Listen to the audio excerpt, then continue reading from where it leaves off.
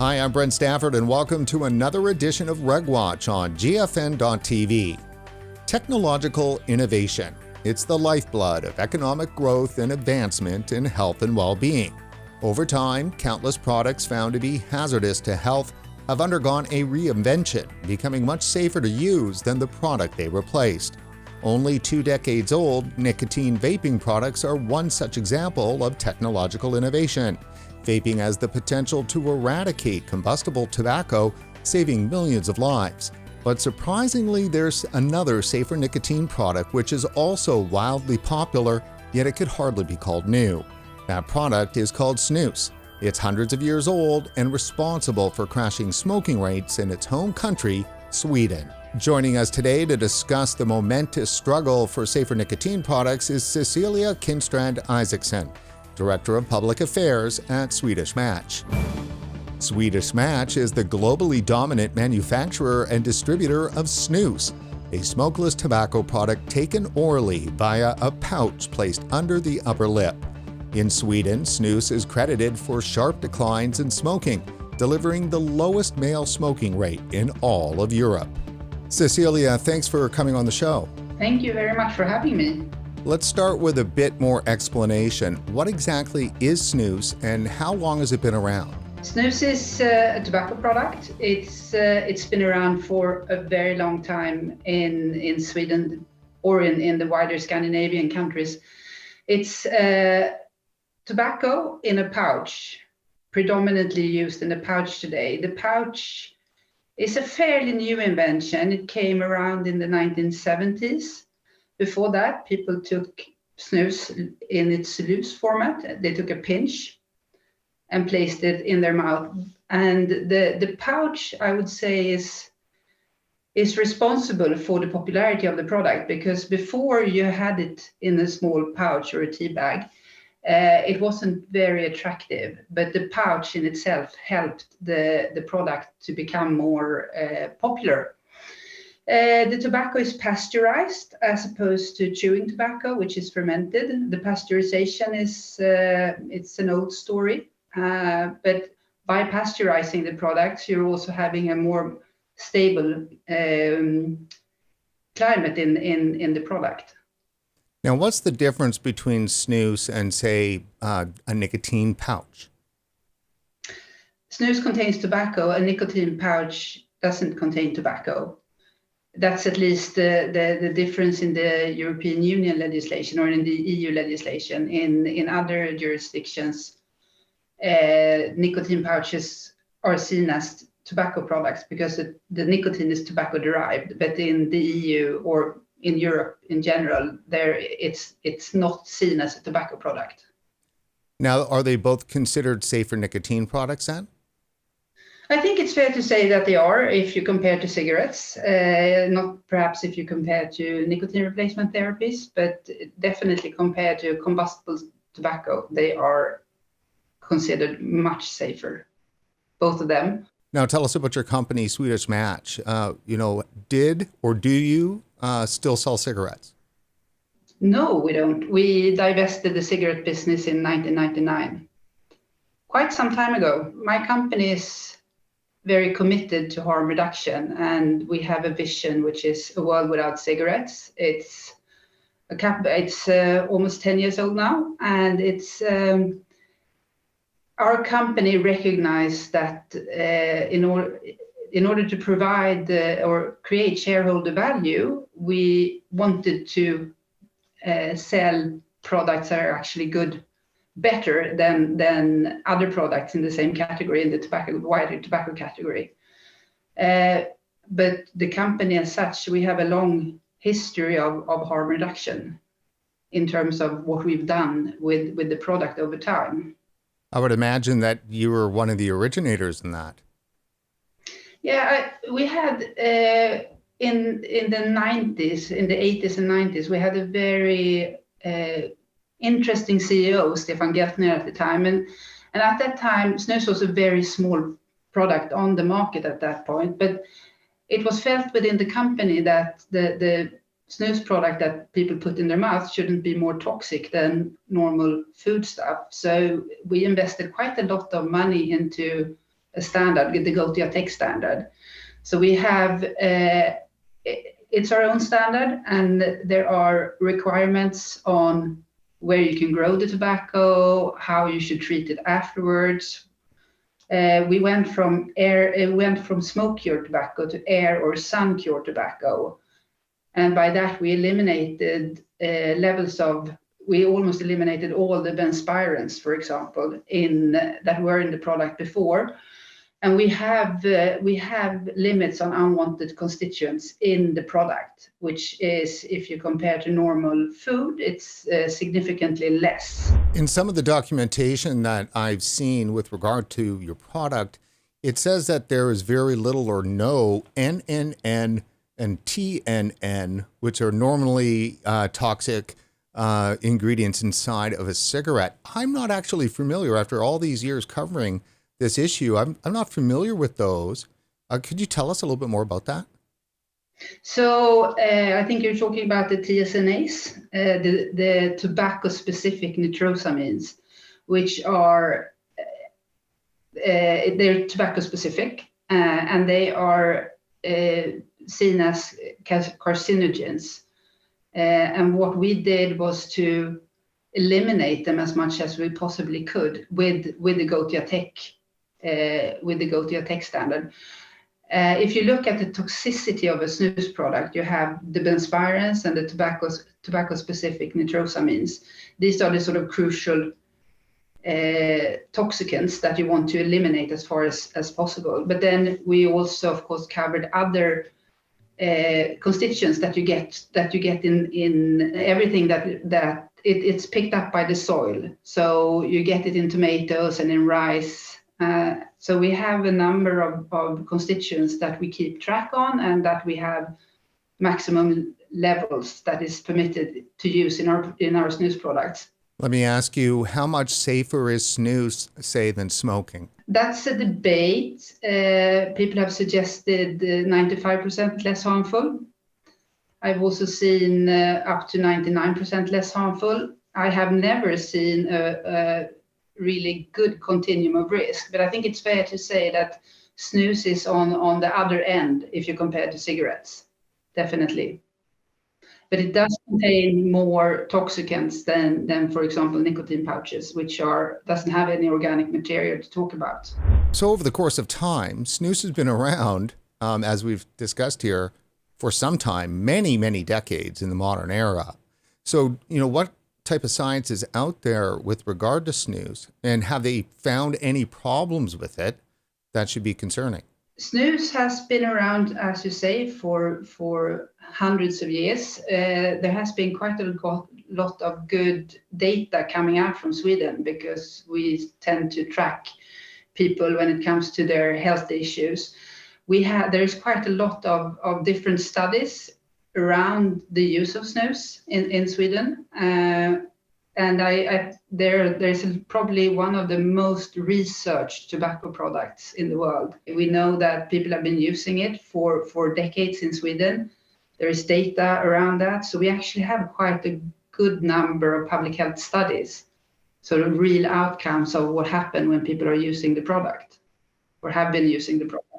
What effect has snus had then on smoking rates in Sweden and in other countries where it's available? The fact that there has been a reduced risk alternative available on the market has led to smokers, starting to use the product instead of smoking. It's also led to people not starting to smoke. And I think this is interesting, and it's difficult to argue with public health around this, because there is, of course, it's very useful if people start using snus instead of smoking.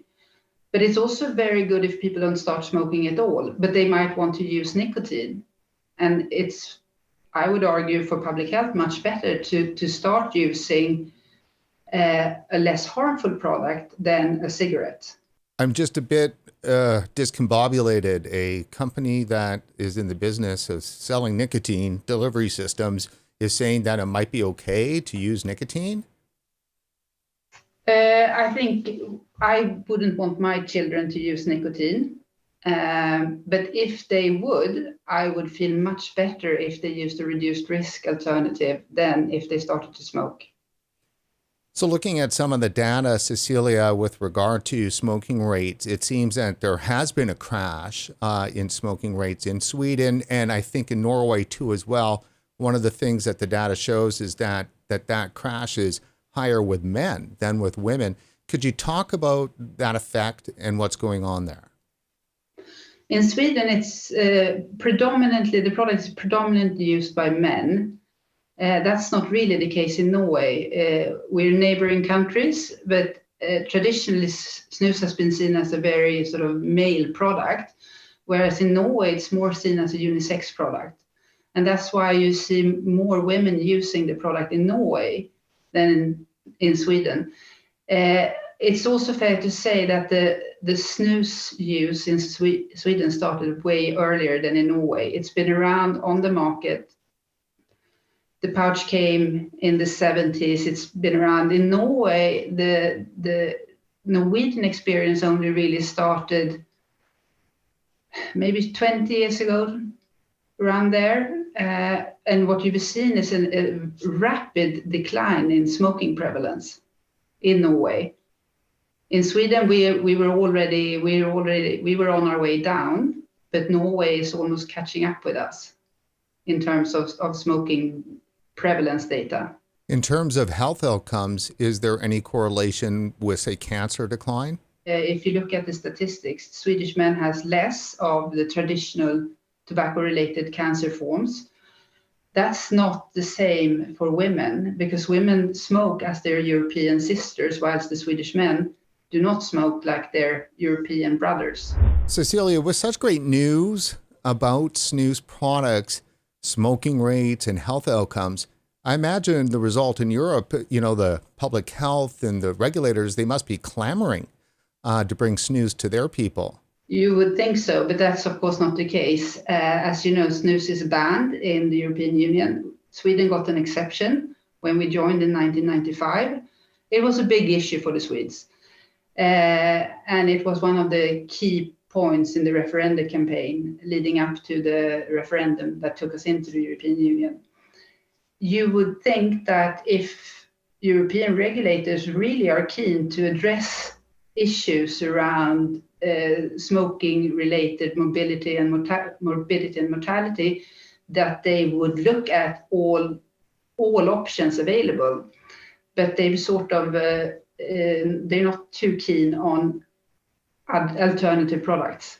So we have a safer nicotine product, one that's got some very strongly proven health benefits, and it works, but yet you can't get snus anywhere. What nicotine pouches too? Is there any difference, or is it just all banned?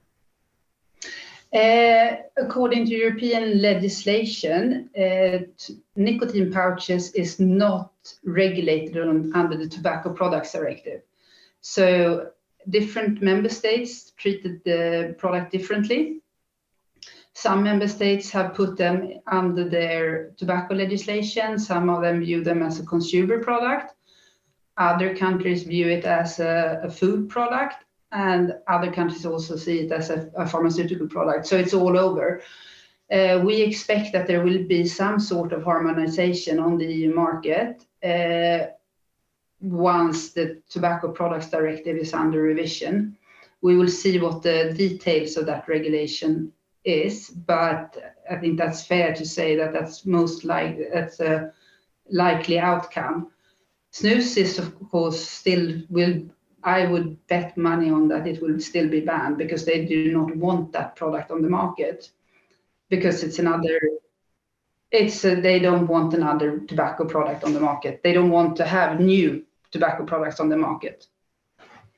And I think we should also remember that the European Commission and some of the member states, they really wanted to ban e-cigarettes. When the first draft directive came out in 2012, there was a de facto ban on e-cigarettes in the proposal. This was later changed by the European Parliament predominantly. But if the Commission had gotten its will, you wouldn't have had vaping products on the European market, which would have been disastrous for public health, considering the people actually switching from smoking to vaping. And that does bring me to my next question. You know, you guys are road warriors when it comes to safe nicotine products and tobacco harm reduction. What did you first think when vaping products came on the scene? I guess we were sort of figuring out what vaping was, but we also understand that it's not one product will fit all people, all smokers. And our strong belief in the company is that whatever alternative product the smoker needs to switch, that's the best product for them. Obviously, we are a bit biased in favor of our own products, but we do acknowledge the fact that the more alternatives they have, the better. Let me ask you, Cecilia, when did Swedish Match start using the term tobacco harm reduction? It's sort of ingrained in our culture, in our company culture for a long time. I think it started being present as a notion in the company already before we started with the Gotia tech development. Since we had adopted the company, the corporate vision, a world without cigarettes, it's becoming more clear what kind of company we are. But we have divested the cigarettes. We have spent money and resources to develop this Gotia tech standard. We're making the product as safe as possible. So it's always been there. It might not have been explicit, but there's always been a will within the company to ensure that we have a high level of protection or consumer protection. So how do you find public health researchers, universities, regulators? Are they acceptant of tobacco harm reduction as a strategy in Europe? Because I imagine you must have had a lot of experience with anti-smoking pressure groups.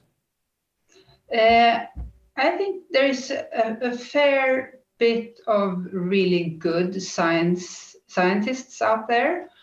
I believe that the debate has become a bit more balanced since the vaping products came on the scene, because before you only had the Swedish experience, that those crazy people in the north, no one really cared about that. But now it's more of a household concept, safer nicotine products. Of course, you still have quite a lot of opponents, and it's fair to say that the anti-tobacco movement started for good reasons. People did smoke and people were suffering from smoking. But I can't really understand why many people in the tobacco control world is not willing to engage in the discussion around the benefits of alternative products. I guess that it might be because they feel that people shouldn't use anything at all. And if you believe that that's achievable, I guess you're on the right track with trying to remove as many alternative products as possible. But if you think that might be a bit far-fetched, the best thing for public health would be to try to get people away from the most harmful to the least harmful. I think that it seems logical to me, but I understand that's not the point of a lot of people in the tobacco control community. Is their position that they take and the tactics that they deploy, are they fair or are they somewhat maddening? We have the science around snus it's quite clear today. We know the science around snus, but you've seen a lot of science coming out around vaping, which is not necessarily helpful. I think it's also the fact that they misrepresent the risk, or the risk is misrepresented in media is a problem. If people think that vaping or snus use or anything else of the reduced risk alternatives, if they believe that that's equally bad as cigarettes, that's not really useful from a public health perspective. If people believe that they can continue smoking, and if they would start vaping, it would be the same as smoking, that's bad, considering the vast difference in risk between cigarettes and e-cigarettes, or cigarettes and snus, or cigarettes and nicotine pouches. And of course, but I have to add, the product does contain nicotine. It is addictive. or dependency forming, depending on where you stand. But of course, I think we have to be open about the fact that it does contain nicotine, which is a addictive substance. Cecilia, when we first started covering this issue around nicotine vaping products, we had no idea something like snus existed. And I'd say for the first 5 years, we get the odd ping from somebody in Europe going, how come you're not covering snus? And I'm like, what are you talking about? It's not available in Canada. I understand that some products, are in the US, but it's not a product that rings in North America. And of course, vaping is where it's at. But however, it was Dr. Brad Rodu in some of our conversations in our early coverage with him. He was like, oh yeah, well, you really should pay attention to what's going on in snus. And it turns out that every single argument that tobacco control has made attacking e-cigarettes and making some headway, whether that's dual use, gateway, now, nicotine harms teens developing brains, all this kinds of stuff, originally were battles that were fought around snus. Yeah, I guess they're using the same playbook as they used on snus. I think it's fair to say that there is a gateway, but there's a gateway out of cigarettes. It's not a gateway into cigarettes. There's no study, as far as I know, that shows that people are starting to use snus and then they go on to smoking. I guess that's the same for vaping products as well. Dual use, what's the problem with dual use? If you start off with smoking and substitute some of your cigarettes with a reduced risk alternative, what's wrong with that? Especially because I think we know that a lot of people start out that way and then they leave the cigarette behind, fine for good. And that should be a good thing. So is there something essentially bad about having a recreational nicotine habit if that nicotine is delivered in a safe manner? I would argue no. But I guess for many people it is a problem. I think we have to recognize the fact that some people are struggling with their nicotine dependency or nicotine addiction. And that's why but there's a lot of products on the market which creates dependencies or addiction. There's a lot of products that are, I think that's just the nature of society. You have a lot of products, alcohol, processed food, gambling, what have you, that are not necessarily seen as necessary, but people use them and enjoy them. And that's why you can counterbalance a lot of the potential negative consequences of it with good regulation. But Cecilia, what about save the kids? Don't you want to save the children? Of course I do. But there are many aspects to saving the children. One is, do you want the children's parents to smoke? Or do you want to offer the parents an alternative, which is less harmful? I think that would be saving the children. Of course, children shouldn't use substances for grown-up people. They shouldn't drink, they shouldn't smoke, they shouldn't use nicotine in any shape or form. I think you can get a lot. You can protect them quite a lot with good regulation. I think when it comes to tobacco and nicotine, it's fair to have age limits in the same way that you have for alcohol, for example. Us as an industry, we have a responsibility to ensure that we are actually communicating in a good way with our consumers. And our consumers are not the children. It's not the kids. Cecilia, it sounds like snus is the first reduced risk product before anyone even knew that there was such a thing as reduced risk products. And this is going to come as a surprise to many of our viewers. In 2019, the US FDA authorized the marketing of products to Swedish Match for 8 of your products under the general brand. And permission was granted to communicate to the public, to the US public, that using general snus instead of cigarettes puts you at a lower risk of mouth cancer, heart disease, lung cancer, stroke, emphysema, and chronic bronchitis. What does this mean to have earned all these authorizations? I think it's a testament to the quality of snus. It's a testament to the public health data that we have around the product. It's a testament to the Swedish experience. It's extremely interesting that while the European Union is banning the product, the US authorities have stated that this is a modified risk product. So far, we're the only ones that got a modified risk order from the FDA, and I'd say it's a testament to the impact of snus on public health in Sweden. Then I don't believe that snus is a particularly popular product in the US. It is available, but it's not really perhaps what everyone uses, but it's there and we have the order. So I think that's a very positive thing. Well, certainly it is. Each and every single one of those diseases are the major killers from smoking. It is.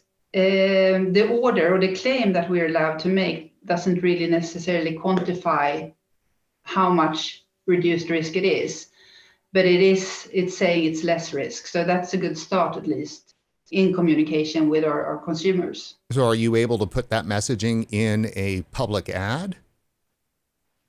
As far as I understand, we're allowed to do that. And then what about on your packaging?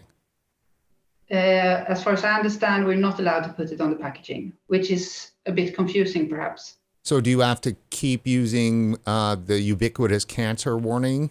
Again, US legislation is not my area of expertise, but as far as I understand, the warning labels on the cans stay, but we are allowed to communicate the claim that FDA have granted us.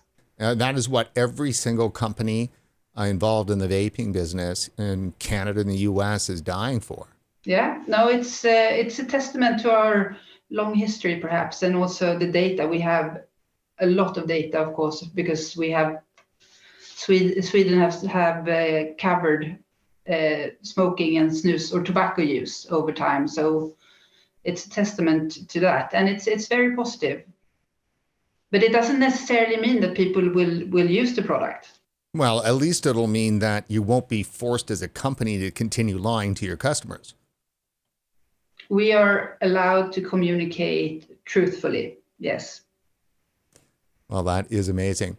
So what did the opponents to safer nicotine products say when FDA granted these authorizations? I wasn't really a part of the process myself, but I believe that there were some representatives from public health who weren't super happy around the order we got. And again, I believe that that's because they feel that people shouldn't use any product at all. And then you have to see if you, as I said, if you believe that that's possible, they might see this modified risk order as a problem. If you believe that people will continue to use nicotine and tobacco, I would argue that the order is a step in the right direction, definitely. Now, I would imagine that FDA's marketing authorization here is one of the reasons why this past May, Philip Morris International made an offer of $16 billion US to buy Swedish Match. As of this recording, it looks like the purchase is going through. What can you say about that acquisition, and what could it mean regarding the tobacco endgame? I can't really talk about it that much. It's a deal between the owners of the company and the buyers of the company. But fair to say is that, as we know today, PMI will take a very big share of my company. We do share similar visions, and for Swedish Match being a fairly small company, we will be, I believe that we will be able to take our superior products and put them on more market to get even more smokers to switch from smoking to our products. And talk a little bit for us here as we're wrapping up about the tobacco end game. What does that mean, and how does Swedish Match play a big role in it? Well, the tobacco end game is, I guess, the WHO goal, below 5% daily smoking. We have achieved that in Sweden years ago. You're on a good path towards the tobacco endgame also in Norway, especially if you look at specific cohorts of people. If you look at women 16 to 24, you have 1% smoking prevalence.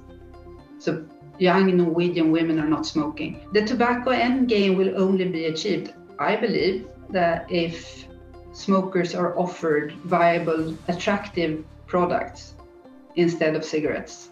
And that's the way Sweden managed to achieve the tobacco endgame. And I hope that the tobacco endgame will be achieved in many other countries as well. But it's not going to happen with only tobacco control efforts. It has to be complemented also with a bouquet of different alternative products. Yeah, well, and let's just hope that tobacco control doesn't move the goalpost and argue for, say, vaping zero or nicotine zero. I think there is a tendency already that we're seeing that tobacco control seems to be wanting to equate cigarettes with reduced risk alternative. And the goal will be for people to stop using tobacco and nicotine altogether, instead of focusing on the harms of smoking.